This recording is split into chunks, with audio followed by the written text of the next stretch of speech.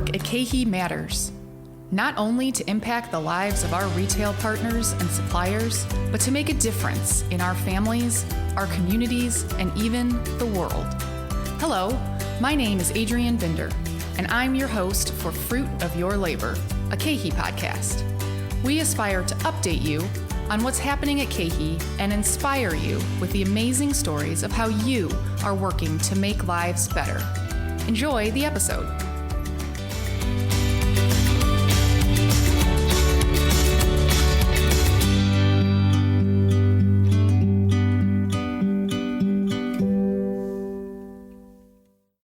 January is Human Trafficking Prevention Month. Our KeHE Cares Foundation is directly involved with organizations that work to help those who have been exploited by trafficking. Today, we have the privilege of talking with Simone Halpin of Naomi's House, a KeHE Cares partner located in Wheaton, Illinois, to learn about her organization's mission and how they are helping women who have suffered from trafficking in the greater Chicago area work through the trauma of their past and build a healthy future on their own terms. Simone, welcome to the podcast. Hi, thank you so much, Adrienne. Simone, can you tell us a little bit about yourself and your role with Naomi's House? Absolutely. So I am the co-founder and executive director of Naomi's House. We launched in 2016, so we are coming up on 7 years of services. But even before we opened the doors of our first program in 2016, it took about 4 years to even build the program and prepare to fund the program and launch a nonprofit organization. So we're looking at 10 years of working and preparing this organization to serve survivors of human trafficking. Can you explain a little bit about the overall mission of Naomi's House? Absolutely. So we are an organization that walks alongside survivors of commercial sexual exploitation.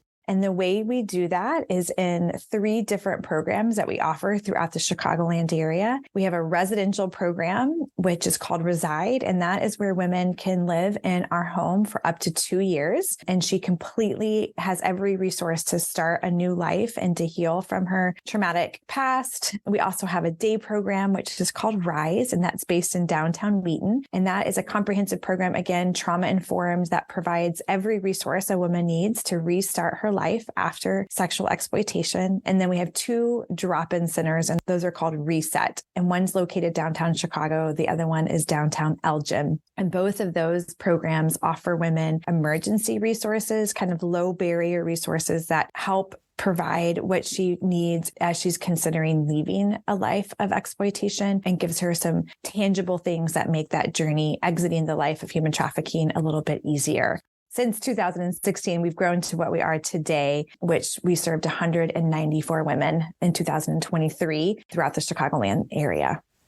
When we think about human trafficking, a lot of times we think this happens somewhere else, not in the United States. It happens in other countries, on other continents, but it doesn't happen here. But you just mentioned Chicago. You mentioned Elgin and Wheaton, that are 2 suburbs of Chicago. That means it's happening here. And you mentioned, 190 women that you helped in 1 year. Are there any statistics that you can share with us that really demonstrate how prevalent this is in the United States? Just in Illinois alone, it's estimated 24,300 women and girls are sexually trafficked or exploited every year. And then it's estimated, as you zoom out, hundreds of thousands of women and girls are sexually exploited throughout the U.S. So it is an incredible problem. And then what adds to the layer of complexity of this issue is that there are very limited resources available for women who are coming out of this life, who need everything to start over, to land back on her feet and build a future again, heal from the trauma that she's suffered and endured for sometimes decades. We have learned that because of trauma, women really suffer from being able to dream about what their future could look like after leaving the life. 85% of the women that we serve at Naomi's House have suffered from some sort of sexual abuse, and close to 90% of women want to leave the life. However, they can't envision what life would look like without the relationship they have with their trafficker, in a way to make a sustainable and living wage to live outside of the ring of human trafficking, and how it's, in their mind, provided for everything they've needed up to that point. What made you decide to get involved with helping women who have suffered from human trafficking? That cannot be something easy to do on a daily basis. Yeah, no, I really appreciate that question. We can rattle off statistics all day long. There's tens of thousands of women who are being exploited in the Chicagoland area and beyond. There is lack of resources available for women who've been exploited. There's very few places that women can go where they will receive the resources that we offer at Naomi's house. Again, trauma-informed therapy and resources, comprehensive programming that addresses every part of her being, her emotional, her spiritual, her physical being. We address her education, help her find employment. We do family therapy. We do play therapy for children. We do everything we can to help rebuild her family and provide avenues for the family unit to come back together and restore. We literally do it all. There isn't any resource or program that we haven't been able to provide for every woman that we've served in the last 7 years. So that's amazing. We're very proud of that work. The statistics feel like a punch to the gut. It's just so overwhelming and hard to think about what women go through. Working with the population that's been through such trauma is often difficult, and it can provide some very long and difficult days.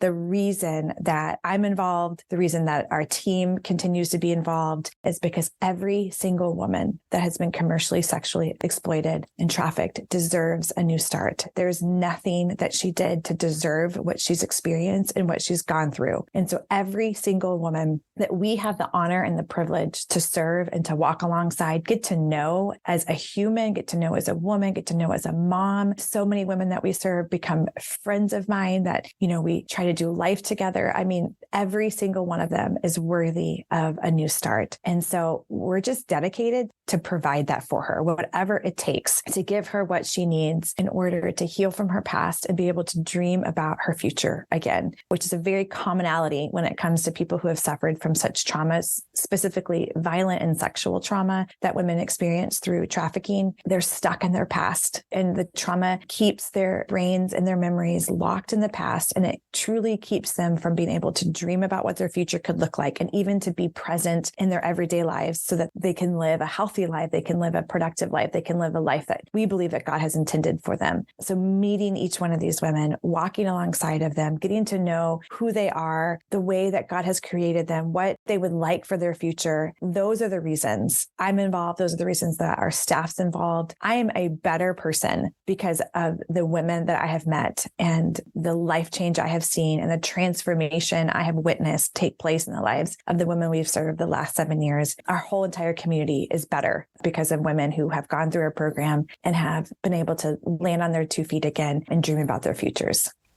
You mentioned the life-changing transformation that these women go through because of what Naomi's house offers to help them through their trauma. Can you provide an example maybe of some of these impactful transformations that have happened to kind of give our employees a better understanding of what happens through this process?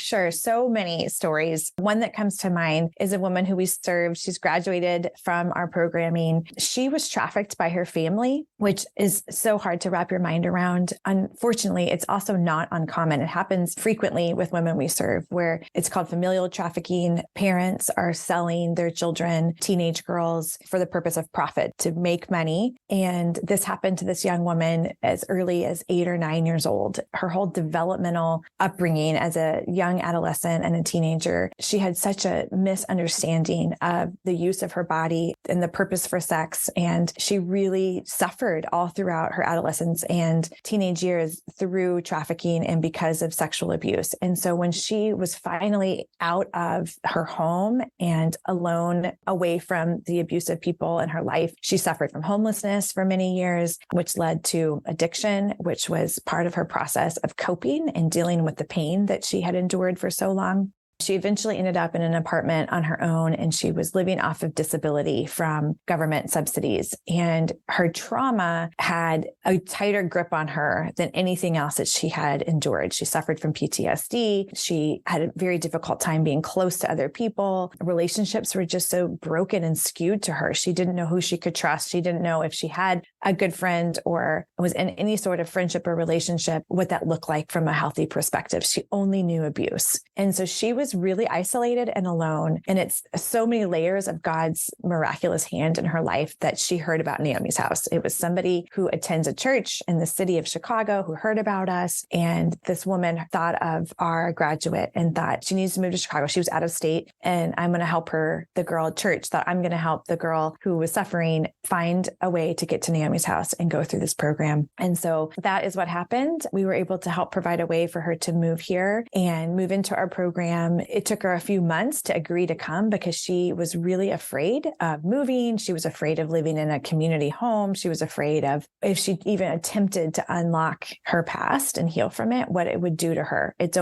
is reliving traumatic experiences all over again as you embrace healing. So it takes a lot of courage to go through any type of healing journey, but she chose to do it for herself. She knew the Lord. And so she was anxious and eager to restore her relationship with God. And as she moved in and as she went through the program, there were moments where we would find her locked in her closet. Now she's an adult woman, but when she would go through some of her experiences in terms of trying to heal and ask God where he was during her abusive situations and trust that he still cared for her and loved her and had a future for her as she's going through these complex layers of healing, a lot of times it would bring her right back as a child. So an adult woman reverting back to childlike behaviors and hiding in her closet because it just felt too overwhelming for her at times. Those were some of the examples of just how difficult it was for her to heal. And this was during COVID. So her time at Naomi's house and our residential program was even longer than typical. And she was with us for just over 2 years. Then she moved into our independent living program, shoot of our day program, where she continued to get resources. And she did that for another year. And now she's on her own.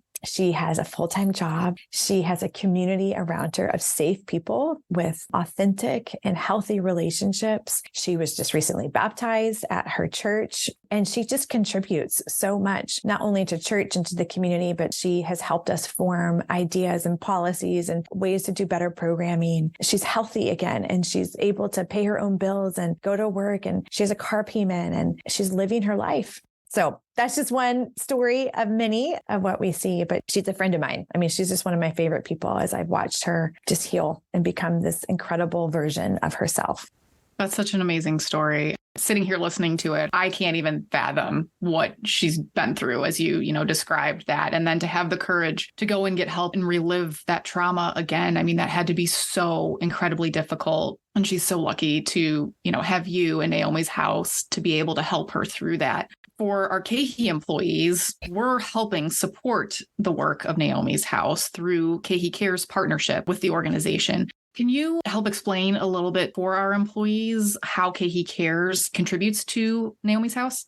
Yes. Oh my goodness. I am so grateful for KeHE and for KeHE Cares and the way you've partnered with us for years now. There have been several specific projects that KeHE has helped fund and provide us the resources. So the very first project that we ever worked on with KeHE was an underground water tank, which just sounds so crazy, but we run this residential home and it has up to 8 women in it at one time. And then we have a 24-hour staff. So it's a house that has people in it all times. So it has a lot of wear and tear. And when we first met KeHE Cares, I remember the team saying, if there's a project that you need help with or something that is very specific, that is tangible, and we can pull our resources to help you, let us know. And I was like, actually, we've got this tank that's buried in our backyard. That's who knows how long and how old it is. It needs to be replaced. It provides so much for the house and all the people that live there. And, it's something we didn't budget for because we didn't know about it. And that was the first project. I mean, that whole tank had been excavated and replaced. And it was just a big undertaking. And KeHE, I don't feel like batted an eye. They're like, oh yeah, we got this. We can help with that.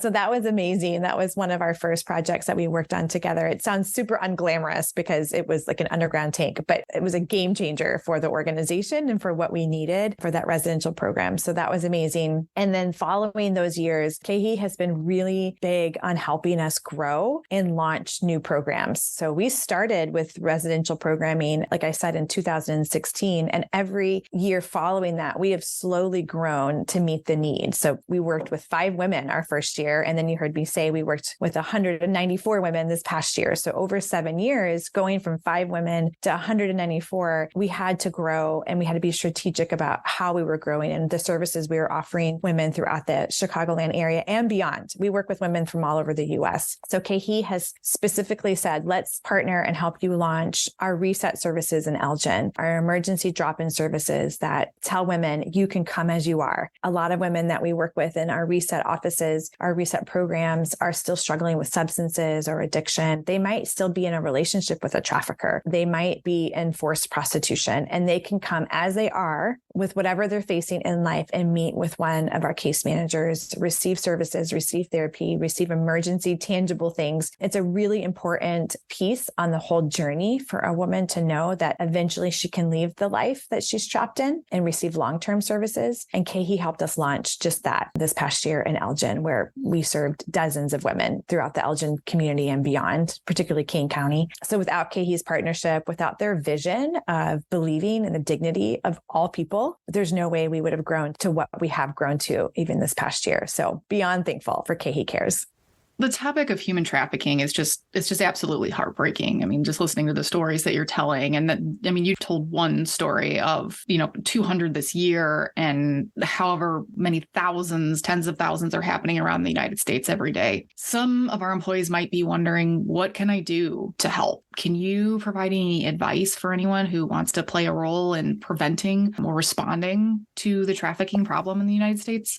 Absolutely. I have found that it's helpful to break it into 2 parts. So the first part is, I love how you said, is there a way to respond to human trafficking and what's happening to our women and girls? And the first one is absolutely yes. There are organizations like Naomi's House all throughout the Chicagoland area who do some sort of work with survivors. I will say that we are the only organization that has such a comprehensive approach that includes housing and long-term care for survivors. So jump on our website, look at ways to support us with your time or with a financial donation, or we have a wish list that people can order from Amazon, outreach supplies as we do outreach for women who are still stuck in the life of exploitation. Those are all ways that men and women can get involved in terms of responding and doing something, especially if you're in the DuPage County area. You can come to some of our programs and do work on site that are special projects that we have from time to time. So all of that's on our website. Just go to naomishouse.org and just kind of follow through with what is on your heart that you're passionate about. And there's a way to jump in. But the second part of that question is what I'm really passionate about. And I think it more addresses, how do we prevent this? What we have learned working with survivors now for years is that it is a complex issue. There are lots of vulnerabilities and variables that play into how women are lured into sex trafficking in the first place, how they are treated as a piece of property, how they're bought and sold over and over and over by buyers and sellers, traffickers and Johns or other names for those individuals. It's things like mental health diagnoses that are untreated. It's family instability. It could be their LGBTQ status and not being accepted for who they are, lack of basic needs. Again, as I mentioned earlier, majority of the women we serve suffered from some form of childhood sexual abuse that they never received care or treatment for, or resources for, substance abuse, again, lack of education. All of these things play into vulnerabilities that make women and girls susceptible to be lured into trafficking. So if people want to prevent this to happening from our women and girls, we have to address all those issues, which can feel so overwhelming. And it is. But if one person did one thing to address one issue, it would make a big difference if everybody did just one thing. So if you're involved in a local church, or if you have connections to different community resource organizations, or if you have kids in schools, any of those things, and you pay attention to those who are on the margins or who are maybe economically suffering or disadvantaged, and you just build into that one person or that one child, or you participate participate in one coat drive or outreach drive, or you just acknowledge that there are people who have needs, who are under-resourced, and you did your part, you will be preventing the future of children who could be lured into trafficking by addressing those preventative measures. And the other thing that plays a part into this is the music we listen to and the movies that we watch and the jokes that we make that have any hint of exploitive vocabulary or language or acceptance plays into teaching people and accepting the exploitation of other humans, which is just unacceptable. So when you hear or see something that feels exploitive or the objectification of other people, and we have to put an end to it. We absolutely have to have zero tolerance for objectifying and exploiting other people, because when we don't do something about it, and if we don't speak up against it, and then we don't let people know that it's wrong, it just continues to perpetuate the cycle, which just brings me to my last point, which is that there are people who really struggle with sexual addiction, which fuels and feeds into the whole problem we have with the buying and selling of humans in the first place. And so I have a lot of empathy and compassion for those who struggle with sexual addiction. And I would urge them to get help. I would urge them to speak to somebody about it and to look for resources to address that issue, because you might just think that it's something that's happening in secret and in darkness and nobody else knows about it. But it actually is the fuel that keeps the economy of human trafficking alive. So if we stop buying sex, there will be no need for women and girls to be sold. These are all really great things, tangible things that we can all do right now. There's a lot that you can really do if you reach out to organizations in your community, your church, and other areas. Simone, thank you so much for joining me on the podcast today. This was eye-opening. We're so grateful that your organization exists to help women who have had to deal with this and are trying to break the cycle and get out of it. To our employees, if you'd like to learn more about Naomi's House, you can visit their website, www.naomishouse.org. That's NAOMISHOUSE.org. And there you can find volunteer opportunities if you're local to the Chicagoland area, as well as just additional information about how you can play a role in preventing human trafficking.